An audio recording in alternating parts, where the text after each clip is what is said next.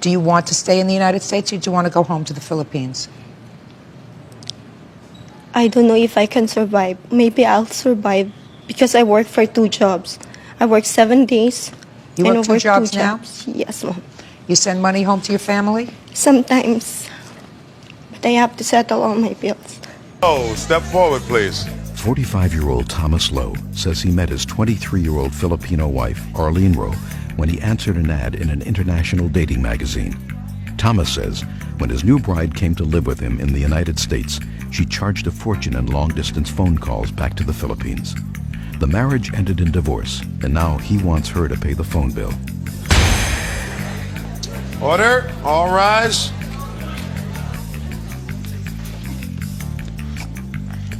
Your Honor, this is number 173 on the calendar in the matter of Lowe versus Lowe.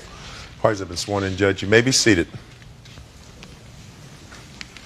This is your former wife. Yes. And while usually the background of a couple's courtship, etc., is usually not germane to the issues of the case, I think that in this case it is. How did you meet your wife, sir? Through correspondence. A friend of mine told me that about it. He had met a wife overseas, and I tried it myself, and I wrote to Arlene, and she wrote back to me. How did you get her name to write to her? It was through a magazine that this gentleman informed me of. His name was Cherry Blossoms, and I wrote to her there, and several other ladies too. Did you advertise in this magazine? My friend advertised me in there. Your friend advertised for you? Okay. So you began to correspond, and then what happened? She said she was about to go overseas to take a job, and at that particular time we had been corresponding for a year. And where was she living at the time? In the Philippines. And I told her I was going to come to see her and not to go, that I asked her to marry me, and she agreed. This was before you met her?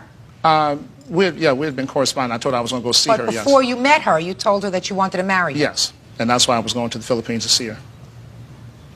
You wanted to marry him? Yeah, but before he told me about that, I supposed to have like my visa. It's already ready.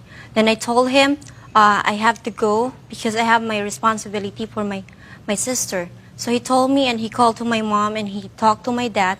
Then he told to my dad that tell him not to go. I will be responsible for all his responsibility. For all of your Yeah, my visa expenses. is ready already.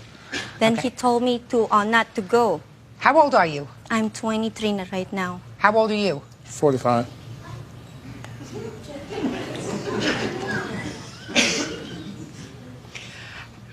How old was she when you began this correspondence, Mr. Lowe? I do believe she was 20. Didn't you think she was a little young for you? Oh yes, I wrote and told her so. And she wrote back and told me no, she wasn't. Well, you should have been older and wiser, sir. Yes. Because the thrust of your complaint is that while you're divorced now, she ran up phone bills in the amount of $3,400 to her mother. Yes. But he used my mom. Before that he told to my mom and my sister because he's working with him. You mean your family was working with him? Yeah, they're working with him. What kind of that's work? Why, because they have a correspondence. We have correspondence businesses. Then my mom was the one who's handling his business in the Philippines. What kind of business? It's like correspondence services. Correspondence services? Yes, What ma'am. kind of correspondence services? It's called Romance International. What? It's called Romance International. I developed my own service and run it on the internet. Romance International. Yes, run it on the internet. But, Your Honor, I did not call them for that. I sent them the Yeah, pamphlets but and everything in the mail. but he told me it's okay to call to my mom. And you accept not only my mom, you accept the collect calls from your agent that I talk to them. Miss Lowe, did you talk to your mother a lot? Yeah, I talked to my mom. Did you talk to her for a long time? No. When you would call her or when she would call you collect to talk to you, just stay on the phone for a half hour? Sometimes longer? Yeah. If I talk to him, if I talk to my mom, he talked to... But mostly you talk to her. Yes. What happened when you started to get these big phone bills? Did he complain? Yeah, he told me, but I pay for the phone bill when I started working. Then he told me I didn't pay for it. The first salary that I got from here, I pay for his phone bill. But he don't give me any money. Mr. Lowe, Yes.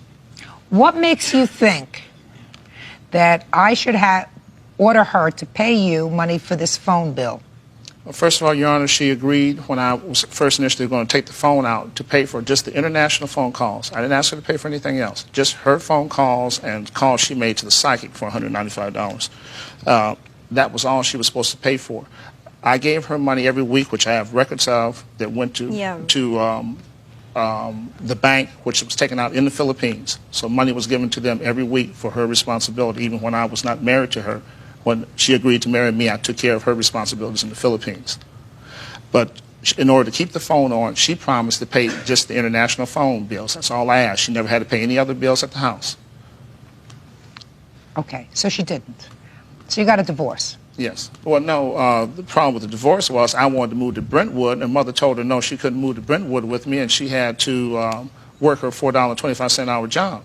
I was trying to get her a job paying $12 an hour, $15 an hour. I was ready to send her to school. I had taken out a $28,000 loan to take her to school, and the mother told her she couldn't go to school. She had to work.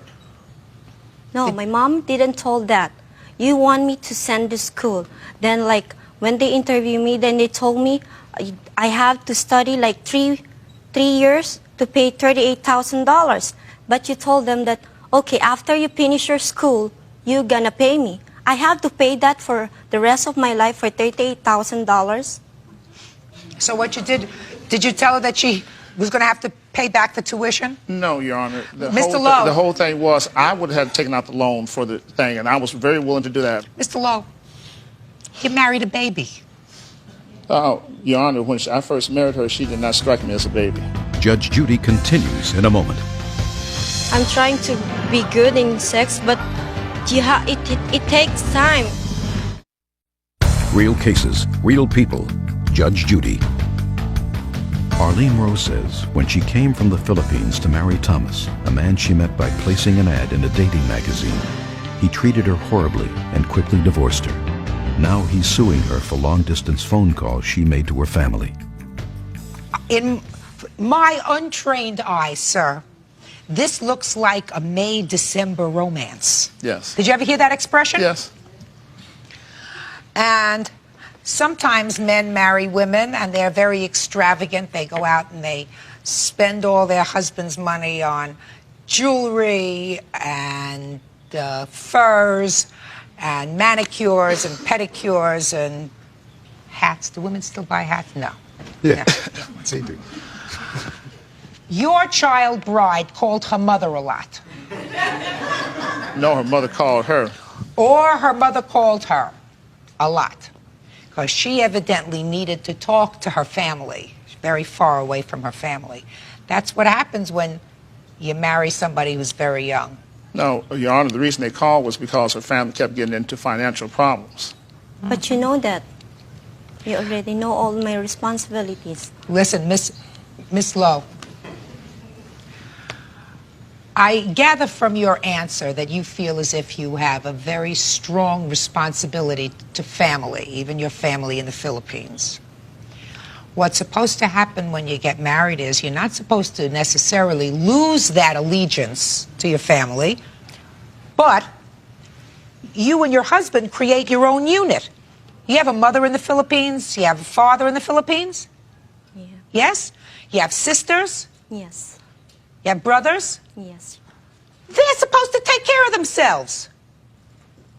That's not his responsibility. Yeah, he told me that's not his responsibility. It's not. Like, And it's not your responsibility. You're a baby, 20 years old. You got a mother, your father, brothers, sisters, everybody else in the Philippines. All of a sudden, because you got married, you married somebody who maybe had an extra couple of bucks, that doesn't make your family in the Philippines your financial responsibility. When you're married, this is your financial responsibility, but you're not married anymore. I'm just telling you that for the future, because otherwise you're going to be a very unhappy lady the next time you get married. You yeah, can't. I didn't told him to responsibility for my family. I told him I have to send my sister on school. So that's my responsibility. Why do you have to send your sister to Because school? I'm the second to the eldest. And what about your mother and father? They work a lot for my brothers and sisters. And like that time, my father are sick, so I have to go to work. So And what like you're he telling knows me is all of that. Your so what Honor, I you're also telling me gave is them- shh, that you had to work here and send money back to your family in the Philippines? Is that what you're telling me? No. I came here as to his wife, to be his wife. I came here 6 months. I worked for him. In American Embassy, he told that even I came here, I still receive any salary from his business, but I don't get any single penny. He gave me $10, $20. The first time he gave me is $20. And the last one before we leave, he gave me only $10. And like he told me, I always stay in the house. I work for him, I work for his business. I only sleep for 4 hours to work in his business. Then like, I don't get anything. I work, I clean the house, I do everything. And like I told him, he have 1 week salary for $1,000 or $2,000. Then I work for 2 weeks to $200, $300. But I give him all my first salary. So I told him, did I ask you any money from your salary? I didn't even touch your money. Even we have joint account. Judge Judy continues in a moment. Real cases, real people. Judge Judy.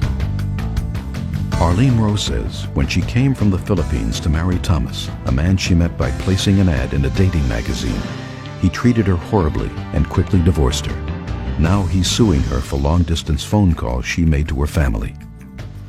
Mr. Lowe, you made a mistake. Yes. I believe that your former wife probably made a mistake. Is it your intention to go back to the Philippines? Or are you going to stay here in the United States? I have to move on to my life. That's all I want. So what do you want to do? Where do you want to live? I have to settle all my problem here.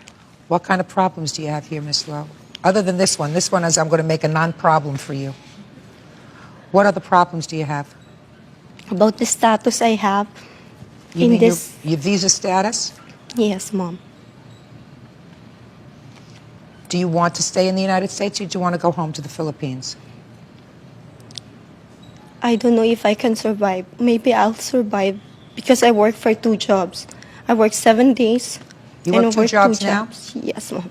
You send money home to your family? Sometimes. But I have to settle all my bills. What other bills do you have? I have to pay for my lawyer. Which I lawyer? have to pay for my car and my insurance. What lawyer do you have to pay for? For my case. You mean for your immigration case? Yes, Mom. Are you okay financially, Mr. Lowe? Yes. Yes? Yes. You think Well, actually, no, Your Honor. I've got, from our marriage, we've got major bills. We've got about $24,000 in back debt. For what? Some of it, a lot of it is mine. Then there's $9,000 between the tax stuff that I put off to help her family when I gave her money to help her family, $3,000, and put off paying taxes that I was supposed to pay the taxes That's with. your problem. That's your problem. Yes. Mr. Lowe. I don't think she was, except for her phone bills, I don't think she was a very expensive lady to keep. Right? No, Your Honor. I paid her a salary every week, and the records show I was putting $180 to $200 a week for her to send back home, and I have records for that. Did you send back that money home? No, because he owed my mom's money.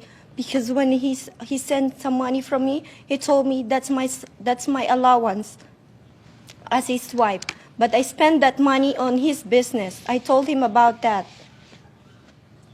Mr. Lowe, who initiated the divorce proceedings here in California?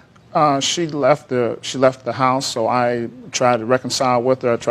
I initiated the divorce proceedings. You got it. See how fast he's a quick study.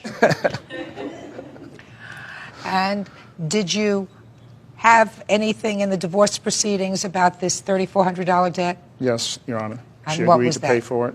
It's Where- a marital agreement. Do you have that in writing? Yes. Can I see it, please? This is the one. Oh, she has it. Oh, jeez.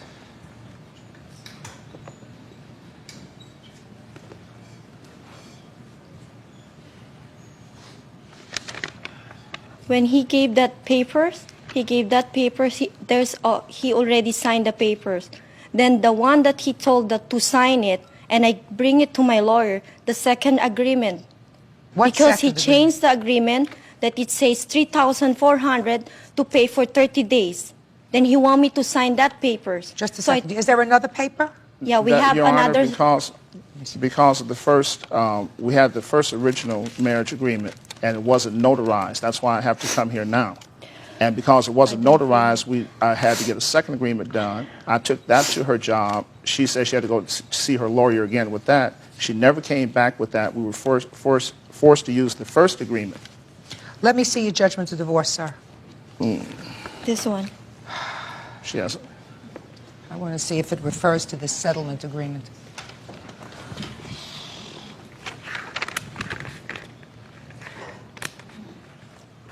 Oh. The first agreement wasn't notarized, Your Honor. That's why they could not use that agreement in the court. That's why I had to come to small claims court, because it wasn't notarized before the first of the year. But Mr. Lowe, you have to understand something, sir. I like to see the right thing happen at the end of a case, because that's what I think that's supposed to happen in court. And if you show me an agreement and you say it's incorporated in your judgment to divorce, I have no choice, and I've explained that to your wife. I have no choice but to give you your judgment for $3,400, even though I don't feel good about it. I don't think she's, I don't think she's stupid, but I think that she was vulnerable, certainly more vulnerable than you are. So I feel sort of badly about having to make a judgment against her for $3,400, considering that she works 2 jobs and trying to maintain herself and send money home for her sister to go to school. I mean, that's hard. But now I have an out. Whew. Judge Judy is ready to rule. You say here, sir, we have no community assets or liabilities. The second, yeah, That's what it says here. community assets liability, yes. That's what it says. You have no community assets or liabilities. That was before, when we first signed that agreement, that was before all the taxes dated, came. This So is that's dated when we tried to make the second agreement. This is dated November 7th. Yes. This is dated in October. Yes, I could not use the first one. You can't use That's it. because it wasn't notarized. So it wasn't notarized. So what am I supposed to do? That's why when I went to court, the judge said if I wanted to settle this, I had to then take her to small claims court. Okay. So now, it's not part of the judgment of divorce, so I'm not bound by another court's ruling. No, That you're it's not. part of another. All right, then that's very easy. Mr. Lowe, your wife is 23 years old? Yes, Mom. You're 45 years old. You're a man of the world. She's not. She was extravagant in the way she made phone calls. You have money? Not a lot, probably, but certainly more than she does. Yes, That'd be a Your fair statement? I'm not going to burden her with another debt of $3,400. This case is dismissed.